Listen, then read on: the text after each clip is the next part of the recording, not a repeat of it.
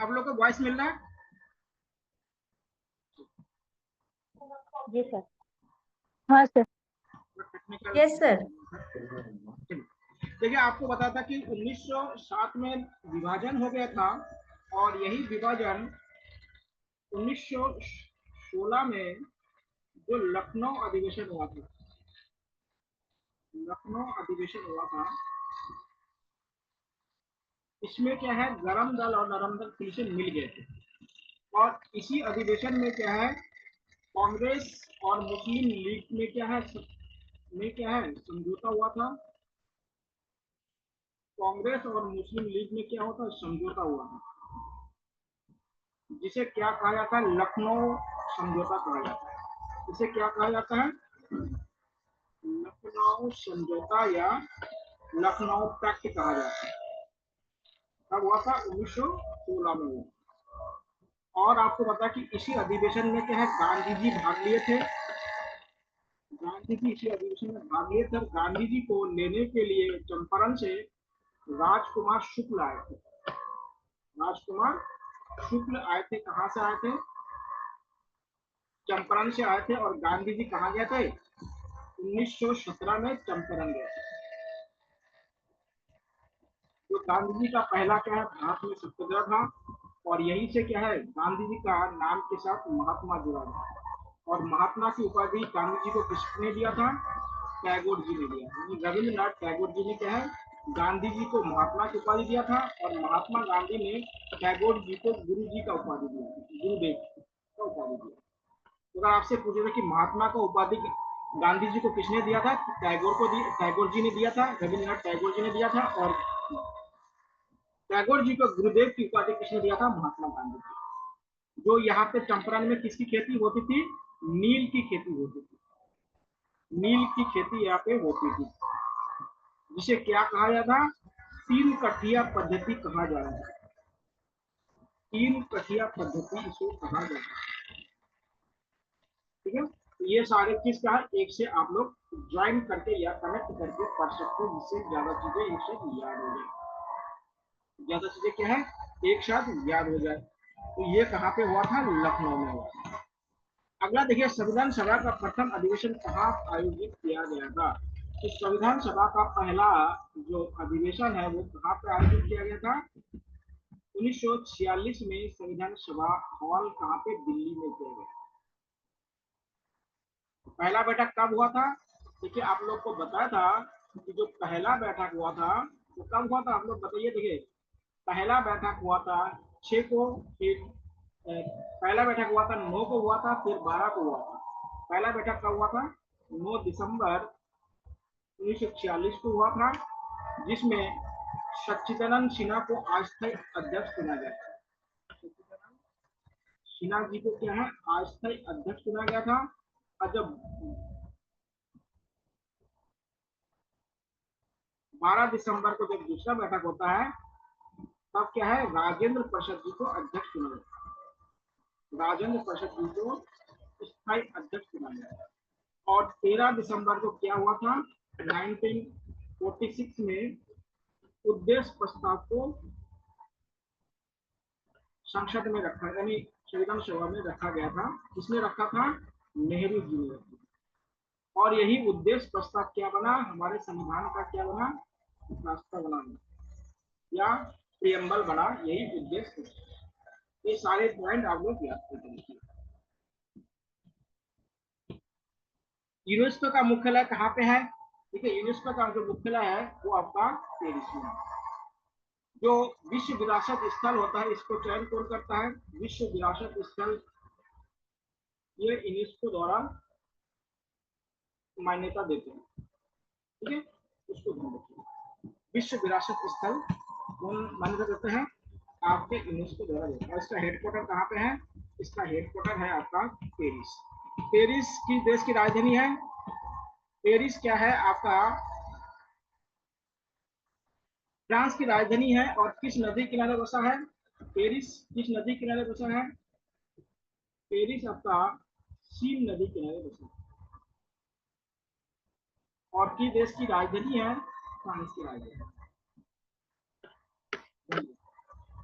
एशियाई अवसंरचना विकास बैंक का उद्देश्य क्या है? एशिया के लोगों को बेहतर जीवन स्तर देना, एशिया के सभी लोगों को रोजगार देना, एशिया के सामाजिक आर्थिक परिवर्तन को बेहतर बनाना, एशिया में कमजोर देशों को, तो एशिया के लोगों को बेहतर जीवन प्रदान करना। एशियाई अवसंरचना बैंक, ये इसका हेडक्वार्टर आपका शंघाई में है। कहाँ पे है? तो ये कहाँ पे है? शंघाई में। इसलिए शंघाई कहाँ पे है? चीन की एक शहर का नाम है शंघाई। अगला देखिए, मनरेगा का बारे में आप लोगों ने सुना होगा। ठीक है, ये पे मेन मनरेगा के बारे में सवाल नहीं पूछा है, मेन क्या ग्राम सभा के बारे में सवाल पूछा गया है, इसको समझिए। कह रहा है कि मनरेगा के अंतर्गत ग्राम पंचायत में सामाजिक अंकेक्षण कौन करता है? तो सामाजिक जो अंकेक्षण करता है यहाँ पे ग्राम सभा के द्वारा की जाती है। किसके द्वारा की जाती है? ग्राम सभा। तो अंकेक्षण मतलब इसको सोशल ऑडिट कहा जाता है। तो सोशल ऑडिट कौन करते हैं? जो ग्राम सभा के लोग होते हैं। मतलब ग्राम सभा में क्या होता है? ग्राम सभा के जो लोग होते हैं, उनके सभासद होते हैं और जो ग्राम प्रधान होते हैं, ये सभी लोग मिलकर करते हैं। भारत में हरित क्रांति के जनक किसे कहा जाता है? तो भारत में हरित क्रांति के जनक क्या आता है? MS स्वामीनाथन को कहा जाता है। नॉर्मन बोरलॉग को क्या होता है? विश्व में हरित क्रांति का जनक कहा जाता है। विश्व में हरित क्रांति का जनक कहा जाता है। वार्गिस कुरियन को क्या कहता है? श्वेत क्रांति का जनक कहा जाता है। व्हाइट रिवोल्यूशन का जनक कहा जाता है। श्वेत क्रांति का जनक कहा जाता है। ई श्रीधरन को क्या होता है? मेट्रो मैन कहा जाता है इनको। दिल्ली मेट्रो को डिजाइन करने वाला कौन है? ई श्रीधरन को। इसको मेट्रो मैन कहा जाता है, ई श्रीधरन को। श्वेत क्रांति वर्गीस कुरियन, नॉर्मन बोरलॉग को विश्व में हरित क्रांति के जनक, और हमारे देश में है MS स्वामीनाथन। और आपको बता कि जो पंतनगर विश्वविद्यालय है उसको हरित क्रांति का जन्म स्थली कहा जाता है। उसको पंतनगर विश्वविद्यालय, पंतनगर जो विश्वविद्यालय कृषि विश्वविद्यालय है, वो एशिया और भारत का सबसे पुराना विश्वविद्यालय है, जो 1960 में बनाया गया था। कब बनाया गया था? 1960 में बनाया गया था। एशिया और भारत का पहला विश्वविद्यालय कौन सा है? आपका पंतनगर कृषि विश्वविद्यालय।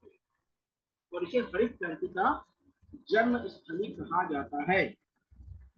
किस टाइगर रिजर्व को वर्ल्ड नेटवर्क ऑफ बायोस्फीयर में सूची में शामिल किया गया है? तो इसको सूची किया गया है आपके पन्ना टाइगर रिजर्व को। पन्ना टाइगर रिजर्व कहाँ पे है? मध्य प्रदेश में। कहाँ पे है? मध्य प्रदेश में। पन्ना टाइगर रिजर्व कहाँ पे है? मध्य प्रदेश में। बांदीपुर कहाँ पे है? कर्नाटक। बांदीपुर जो टाइगर रिजर्व है कहाँ पे है? कर्नाटक। मानस कहाँ पे है? असम में। मानस टाइगर रिजर्व कहाँ पे है? असम में। और जो नीलखंड टाइगर है ये आपका महाराष्ट्र में। कहाँ पे है? महाराष्ट्र। आपको मालूम होगा मध्य प्रदेश में सबसे ज्यादा राष्ट्रीय उद्यान है, या सबसे ज्यादा टाइगर रिजर्व भी क्या है? सबसे ज्यादा मध्य प्रदेश में है। इसलिए मध्य प्रदेश को क्या कहते हैं? टाइगर स्टेट कहा जाता है। टाइगर स्टेट किसे कहते हैं? मध्य प्रदेश को। और क्या कहा जाता है? सोया स्टेट भी इसे कहा जाता है। सोयाबीन का उत्पादन में क्या होता है? इसमें ज्यादा होता है, सोया स्टेट भी नहीं कहा जाता है। ध्यान रखिएगा, मध्य प्रदेश जिसकी राजधानी क्या है? मध्य प्रदेश की राजधानी आपका भोपाल है। और भोपाल में कौन सा झील है? भोपाल में भोज सागर झील है। भोपाल में कौन सा झील है? भोज सागर झील कहाँ पे है? भोपाल में। अगर देखिए, देश में छोटे किसान को उन किसानों के रूप में परिभाषित किया जाता है जिनके पास भूमि है। ठीक है, छोटे किसान, देखिए किसान हमारे यहाँ पे 3 प्रकार के होते हैं। एक होता है सीमांत, आप लोगों को बताया था, एक होता है सीमांत कृषक या किसान। दूसरा होता है लघु किसान, जिसको छोटा किसान कहते हैं, लघु कृषक। और एक होते हैं बड़े किसान, जिसको फार्मर, बड़े फार्मर कहते हैं, वो किसान कहते हैं। ठीक है, इसके क्राइटेरिया क्या है? इनके पास 1 हेक्टेयर तक की भूमि होना चाहिए। 1 हेक्टेयर या 1 हेक्टेयर के कम भूमि होना चाहिए। 1 हेक्टेयर से कम भूमि। और इनके पास 2 हेक्टेयर तक की भूमि होनी चाहिए। कितने हेक्टेयर? 1 से 2 हेक्टेयर तक की, 2 हेक्टेयर तक की भूमि होनी चाहिए। और इनके पास क्या होता है? 2 हेक्टेयर से ज्यादा, 2 हेक्टेयर से ज्यादा भूमि होनी चाहिए। तो लघु किसान क्या होता है? 2 हेक्टेयर। तो 2 हेक्टेयर, 1 से 2 हेक्टेयर के बीच में जो किसान होगा उसको लघु किसान समझिए। तो हमारे यहाँ पे अधिकतर जो किसान है वो सीमांत कृषक है। 2 हेक्टेयर मतलब 2.5 एकड़ जमीन होता है। 1 हेक्टेयर का मतलब 2.5 एकड़, 2 हेक्टेयर मतलब 5 एकड़ जमीन, 1 हेक्टेयर में 2.5 एकड़ होता है, उसे भी समझ लीजिएगा। अब उत्तराखंड में क्या होता है, नाली होता है, नाली जानते हैं आप लोग, नाली से क्या होता है, जमीन नापा जाता है, मुट्ठी होता है, नाली होता है। तो एक नाली बराबर 200 वर्ग मीटर हो जमीन को नापा जाता है। तो उत्तराखंड में अलग सिस्टम है जो प्राचीन काल से आ रहा है। तो उसमें नाली से नापते हैं, मुट्ठी से नापते हैं कि एक मुट्ठी चावल कितने जमीन पे उगता है, उसी को एक मुट्ठी कहा जाता है। ठीक है, तो इसको ध्यान रखिए। तो ऐसे किसान क्या होता है, 3 प्रकार के होते हैं, सीमांत, लघु और बड़े किसान, यानी मार्जिनल फार्मर, स्मॉल फार्मर और बिग फार्मर। ठीक है, तो ये उसको बता दिया कि 3 प्रकार के होते हैं। और उत्तराखंड में नाली से क्या होता है, जमीन को नापा जाता है। निम्नलिखित में कौन जीएसटी परिषद का अध्यक्ष है? तो जीएसटी परिषद का जो होता है, जो हमारे देश का जो केंद्रीय वित्त मंत्री होता है, वो जीएसटी परिषद के अध्यक्ष है। जीएसटी को कब लागू किया गया था? 1 जुलाई 2017 को इसको लागू किया गया। समझिएगा, जीएसटी को लागू किया गया। ठीक। और जीएसटी को दुनिया में सबसे पहले लागू करने वाला देश कौन सा है? फ्रांस। हमने जो जीएसटी मॉडल लिया है वो किस देश से लिया है? फ्रांस के जीएसटी मॉडल से लिया। जीएसटी में क्या होता है, जो अप्रत्यक्ष कर होता है, अप्रत्यक्ष कर होता है, इनडायरेक्ट टैक्स होता है, इसको यहाँ पे कलेक्ट की जाती है। इनमें 2 चीज अभी भी इसके अंतर्गत नहीं है। एक पेट्रोलियम जीएसटी के अंतर्गत नहीं है, पेट्रोलियम जीएसटी के अंदर नहीं है, और दूसरा है मादक या नशीला पदार्थ। मादक या नशीला पदार्थ ये क्या है, जीएसटी के अंतर्गत नहीं है। मादक पदार्थ या जो नशीले पदार्थ होते हैं, ये भी अभी जीएसटी के अंतर्गत नहीं है। तो जीएसटी के अंतर्गत क्या है, अप्रत्यक्ष इनडायरेक्ट टैक्सेस आते हैं। और पेट्रोलियम और मादक पदार्थ क्या होता है, अभी भी इसमें शामिल नहीं किया गया है। 1 जुलाई 2017 को इसको लागू किया गया। और कहाँ से लिया गया? फ्रांस से लिया गया। कहाँ से लिया गया ये मॉडल? फ्रांस से ये मॉडल लिया गया। भारत में पहली बार बैंकों का राष्ट्रीयकरण कब किया गया था? ये सब आपको बता था। तो पहली बार राष्ट्रीयकरण किया गया था 1969 में। 1969 में कितने बैंकों का राष्ट्रीयकरण किया गया था? 14 बैंकों का किया गया था। 1980 में कितने बैंकों का राष्ट्रीयकरण किया गया था? 6 बैंकों का राष्ट्रीयकरण किया गया। एसबीआई का राष्ट्रीयकरण कब किया गया था? एसबीआई का राष्ट्रीयकरण 1955 में किया गया। आरबीआई का राष्ट्रीयकरण कब किया गया था? आरबीआई का राष्ट्रीयकरण 1949 में किया। तो ये सब याद रखिएगा, यही सब पूछते हैं। तो ये अलग अलग, इसमें 14 बैंकों का किया गया था, इसमें 6 बैंकों का किया गया था। एसबीआई का 55 में किया गया था, आरबीआई का 49 में किया गया था। तो ये सारे पॉइंट याद रखिएगा, पूछ सकते हैं। अगला क्वेश्चन देखिए आप लोग, कह रहे हैं मौलिक कर्तव्यों के संबंध में निम्नलिखित कौन से कथन सही नहीं? मौलिक कर्तव्य की बात बोल रहा है। देखिए आप लोगों को बता कि मौलिक कर्तव्य का उल्लेख कहाँ पे किया गया? मौलिक कर्तव्य का उल्लेख हमारे यहाँ पे आर्टिकल 51A में किया गया। ठीक है, मौलिक अधिकार। और इसे 42वें संविधान संशोधन के माध्यम से इसको जोड़ा गया है, 1946 में जोड़ा गया, ये सही है। और इसको कहाँ से लिया गया है? रूस के संविधान से लिया गया। रूस के संविधान से क्या हुआ, ये लिया गया मौलिक कर्तव्य। मौलिक कर्तव्यों की संख्या कितनी है? 11 है।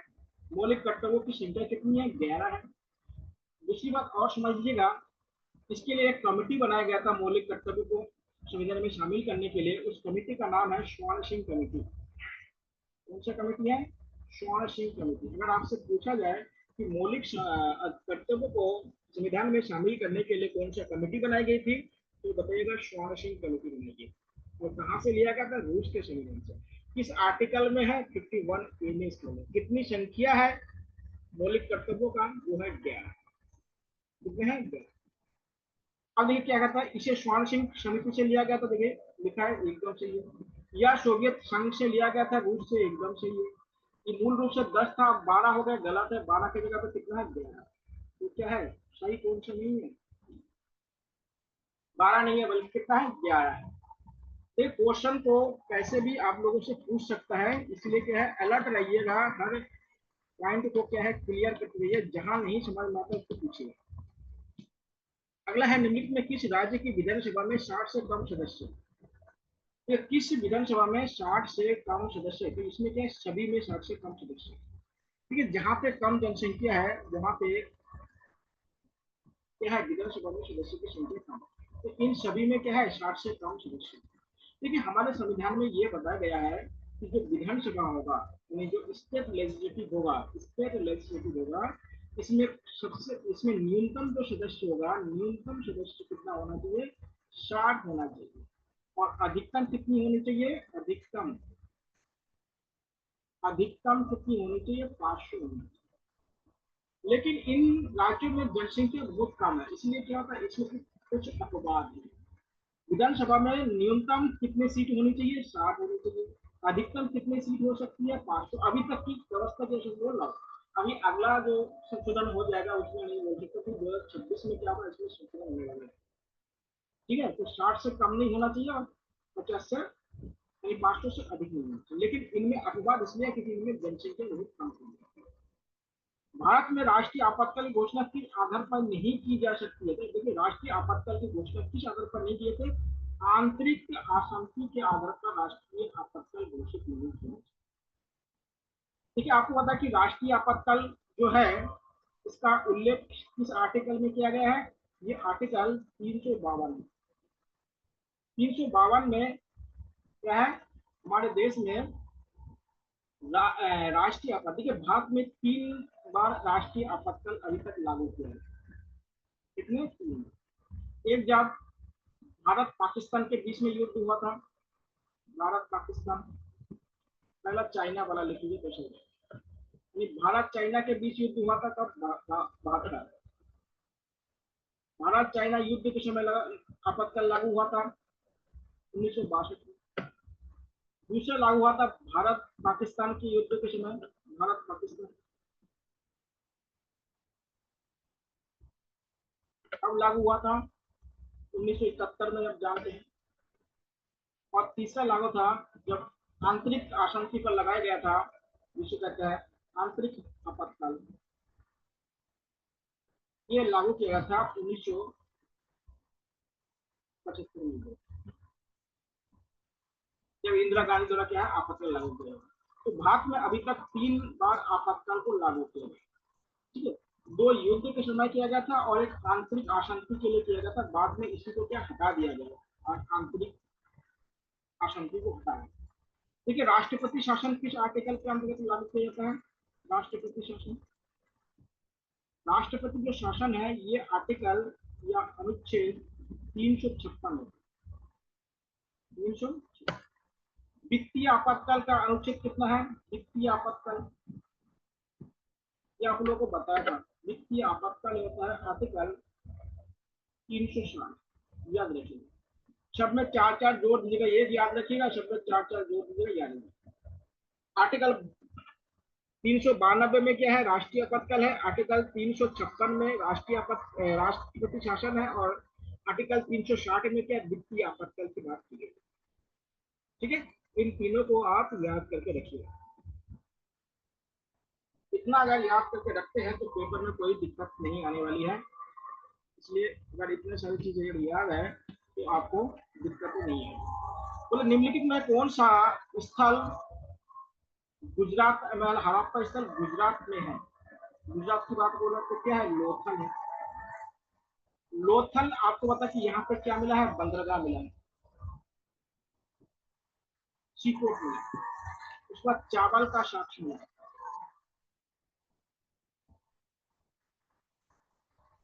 कपास का साक्ष्य मिला, इसलिए माना जाता है कि विश्व में सबसे पहले कपास की खेती भारत में की जाती है। ठीक है, कपास, कपास का साक्ष्य।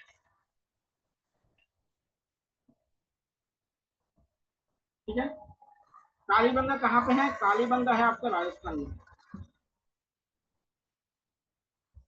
और यहाँ पे क्या है जुटी हुई खेत का साक्ष्य मिला है, जुटी हुई खेत का साक्ष्य, मतलब ऐसा जमीन मिला है जो जुटी हुई। और राखी गढ़ी कहाँ पे है? ये हरियाणा में है। राखी गढ़ी कहाँ पे है? तो ये कहाँ पे है? हरियाणा। यहाँ पे नर कंकाल मिले हैं।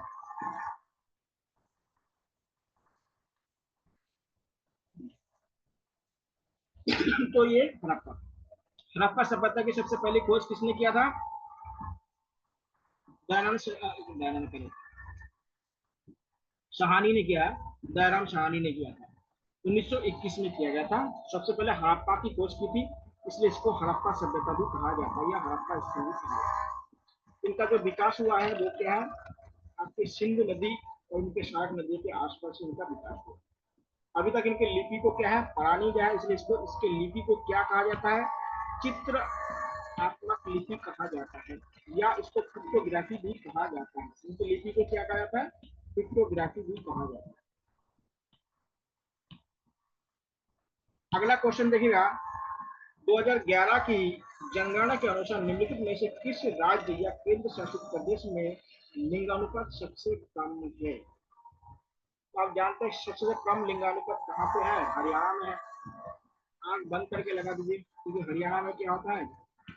बाल भ्रूण हत्या यानी चाइल्ड, जो गर्ल चाइल्ड भ्रूण हत्या ज्यादा होता है। और सबसे अधिक कहाँ पे है? केरल में। सबसे अधिक कहाँ पे? केरल में। सबसे कम कहाँ है? हरियाणा में सबसे कम। इसलिए आप लोग सुने होंगे बेटी बचाओ बेटी पढ़ाओ जो अभियान शुरू किया गया था, ये कहाँ शुरू किया था? बेटी बचाओ बेटी पढ़ाओ का जो अभियान शुरू किया गया था, ये भी हरियाणा के सोनीपत से शुरू किया गया।